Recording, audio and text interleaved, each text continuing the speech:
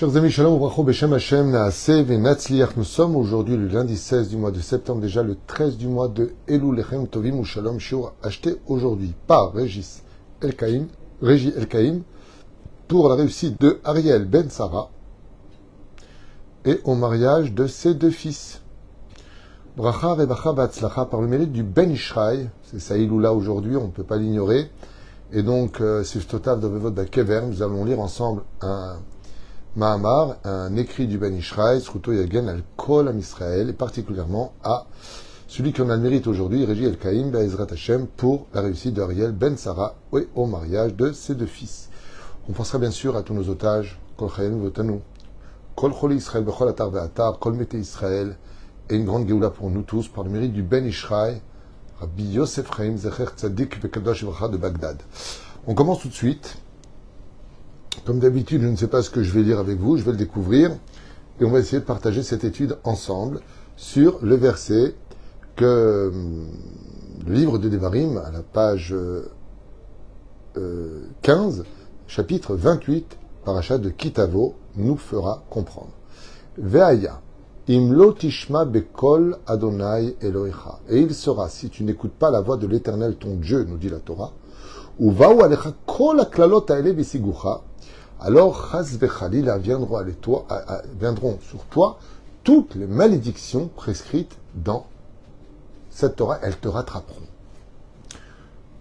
Comme vous le savez tous, la paracha de Kitavo est une paracha qui parle de bénédictions magnifiques que je souhaite à tout le monde, mais nous met en garde sur des chemins non convenant à la Torah, d'abandon du contrat, de non-résilience avec nos obligations, sur lesquels nous avons juré fidélité à Dieu, de respecter la Torah, les mitzvot, ulmasim tovim, et d'écouter sa voix.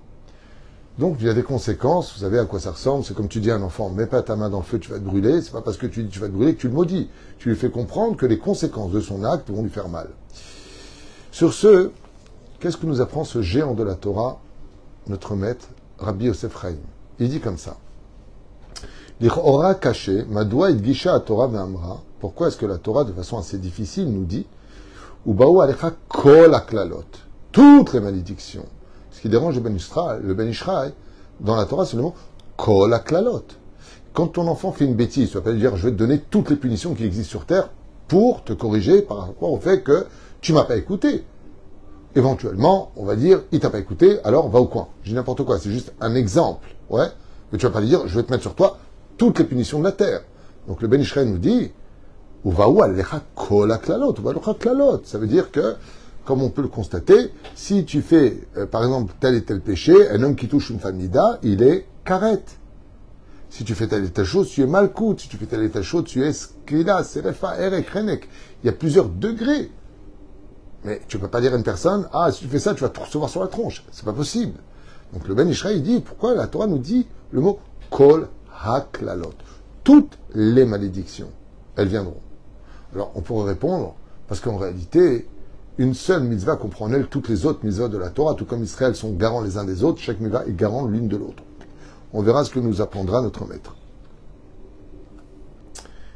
A répondu le Ben Ishraï à cette grande question, pourquoi le mot kol aklalot? Alors, déjà, il y a une chose aussi qu'il faut savoir, c'est vrai que quand on lit, t'écoutes pas ce que te dit Dieu, tu vas recevoir toutes les malédictions. Il est aussi marqué que si tu fais ce que Dieu te demande, tu recevras toutes les bénédictions.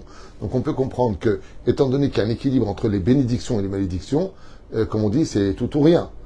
On peut le comprendre comme ça. Mais le Ben Ishraï va nous dire, Alpi Maaseh Berabi aussi Ben Kisma. Pour comprendre pourquoi il est marqué dans la Torah, Kol Aklalot, parce que tu n'as pas entendu la voix d'Hachem, il est marqué au nom d'une action qui s'est passée avec Rabbi Yossi ben Kisma, Zecher Tzadik Vekadosh Ivracha, Sheshne Banav Naflou Bashevi, Al Yede Sar Romai. On sait que les enfants de Rabbi Yossi ben Kisma ont été emmenés en captivité, prisonniers chez les Romains. Et tient Rabbi Yossi, donc a proposé Rabbi Yossi, les Oto Asar, au ministre romain, Mea Dinarim Tmurat Banav. Je te donne 100 pièces d'or pour libérer mes enfants d'être otage chez toi. Ach alo sirev. Mais il l'a refusé. Amad Rabbi Yossi bitfila, la shamit barach. Et Rabbi Yossi s'est mis alors à prier l'Éternel. Shioshiet banav, de grâce à Hachem. Par mes propres moyens, sans la prière, j'ai essayé de faire ce que j'ai pu, comme tu nous as donné un séchel. Je lui ai proposé 100 pièces d'or, c'est tout ce que j'ai. À ce ministre romain, mais il a refusé de libérer mes enfants. Alors je me retourne vers toi, Hachem, et je te demande d'intervenir pour libérer mes enfants. Kibel Hachem et filato. Ve'nish otosar becholi caché.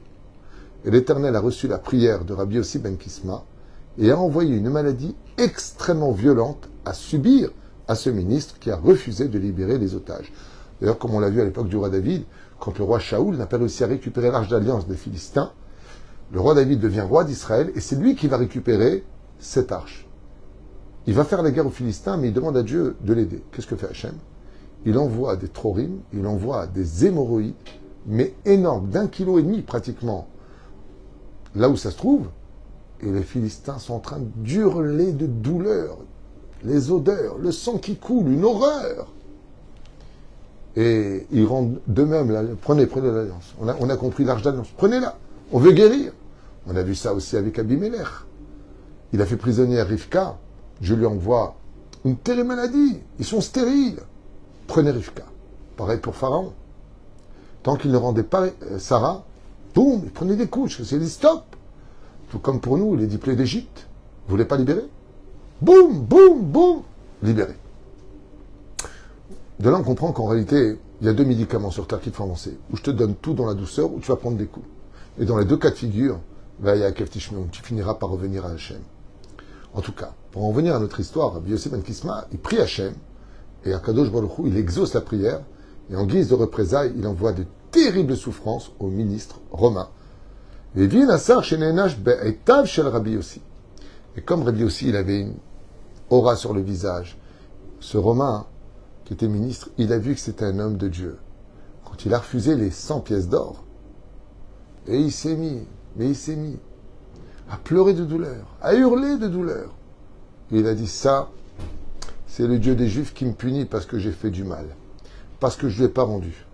Au Bikesh Shavo Lefanav, il a demandé qu'on amène immédiatement Rabbi Yossi ben Kisma. Rabbi Yossi les Chedro, et quand est rentré Rabbi Yossi dans la chambre où souffrait le ministre, dans de terribles odeurs de souffrance de son physique, dès que le ministre a vu Rabbi Yossi ben Kisma, toutes les douleurs ont cessé. Ah, je lui dis bouge plus d'ici, reste là. Homme de Dieu, juif, reste là. Amarlo Asar, tenni mea dinarim, shamarta. C'est bon, j'accepte. Donne-moi les 100 pièces d'or que tu m'as proposées et reprends tes 2 fils. Shirev Rabbi aussi. Il lui a dit, ah non, ça, c'était tout à l'heure, c'était hier. Ça, c'est quand je suis venu vous voir, il n'y avait pas de problème. Vous auriez accepté, vous auriez eu les 100 dinars d'or, très riches, et moi j'aurais récupéré mes enfants. Mais vous avez refusé. Alors j'ai demandé à Dieu de faire un nouveau contrat avec vous. Moi je suis plus dans l'affaire. Kaet, ani mukhan eshalem rak, shmonim dinarim tmoratam. Mais je ne veux pas vous laisser comme ça. Je vous propose 80 dinars, plus 100, malgré tout. Qu'est-ce qu'il lui a dit? Je suis le ministre. Je te dis, donne-moi les 100 pièces, j'accepte pour te libérer tes 2 enfants. Et tu me descends ça maintenant à 80 et tu joues avec moi. Il lui a dit, fous le camp d'ici. Achmiat Chazro Kevin, à peine est sorti Rabbi Yossi ben Kisma, que d'un coup les douleurs ont envahi tous les os, tous les muscles. Chazar Vekaral et Rabbi Yossi, il dit, revenez, dis-lui qu'il revienne, reviens vite. Tani Shmonim dinarim, c'est bon. Donne-moi 80 dinars et prends tes enfants, jusque que ça s'arrête. Et Shacher et Danecha. Elle lui a dit, ah non, je suis désolé. Animuchan Shemra Chamishim dinarim. Maintenant, si tu veux, ce sera 50 dinars. Il lui a dit, quoi, tu me dis comme ça? En plus, tu recommences?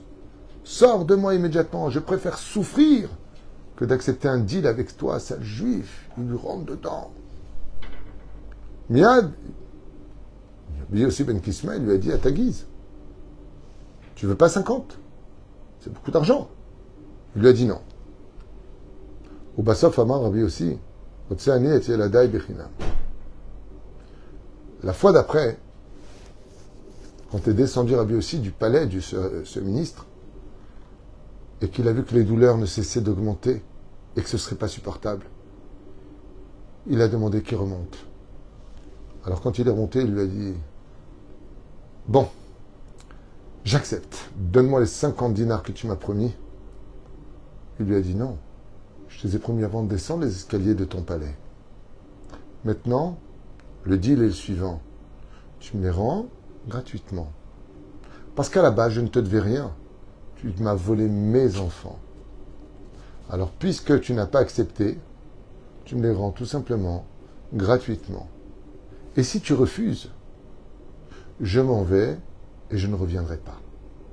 Et si tu me mets à mort, tes souffrances t'emmèneront pendant de longues années sans solution, car je suis ta solution. Miyad iski masar le karva amarlo. Prends tes enfants jusque la douleur arrête. Et là, chez Amarlo Rabbi aussi, Enizaz mikan acheteshalem li et kol ayamim shishtabatta baem. Et Rabbi aussi, il a inversé les choses. Il lui a dit, excuse-moi un instant, mais qu'est-ce que tu as fait de mes enfants depuis que tu me les as volés? Il lui a dit, je les ai mis en esclavage. Que font-ils? Ils travaillent pour moi dans les champs. Il lui a dit, combien ça coûte, les Romains, quand tu les payes pour s'occuper de tes champs? Il lui a dit, je leur donne une pièce d'argent par jour. Il lui a dit, Rabbi aussi, tu vas me payer chaque jour une pièce d'argent, fois 2, car tu as pris mes 2 enfants. Alors il dit, le ministre dit, mais je ne comprends pas. À la base, pour les libérer, tu m'as proposé 100 pièces d'or, une fortune. Et maintenant, c'est moi qui vais te payer. Il lui a répondu, Blibrera, eski masar lekar. Il lui a dit, Rabbi aussi, as-tu envie que les douleurs reprennent? Il lui a dit, non, surtout pas, j'en peux plus, je ne tiens plus. Rak, azala Rabbi aussi, imbanam ledarko. Il a appelé son majordome, le ministre, et il lui a dit, depuis combien de temps ils sont chez nous? Il lui a dit, depuis des mois. Calcule et donne l'argent à cet homme, qu'il s'en aille avec ses 2 enfants. L'écart Bidjouk Yatsa, Rabbi aussi non seulement n'a pas dépensé une pièce d'or, mais il est ressorti avec des centaines de pièces d'argent pour ses enfants, en récupérant ses enfants.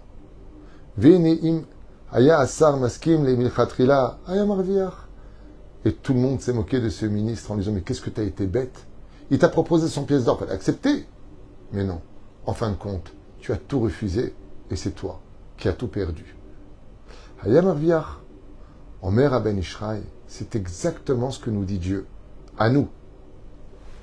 J'ai fait de vous des ministres. Vayaim lo tishma bekol Hashem Elohecha. Je te propose quelque chose. Fais Torah mitzvah, je te donne un monde futur. Tu vas tout gagner. Tu n'auras pas la maladie, tu n'auras pas la guerre, tu n'auras pas les viols, tu n'auras pas de problème. Je te le promets, faites tous Torah mitzvot ensemble. Pas un fait l'autre, il fait pas. Koulam.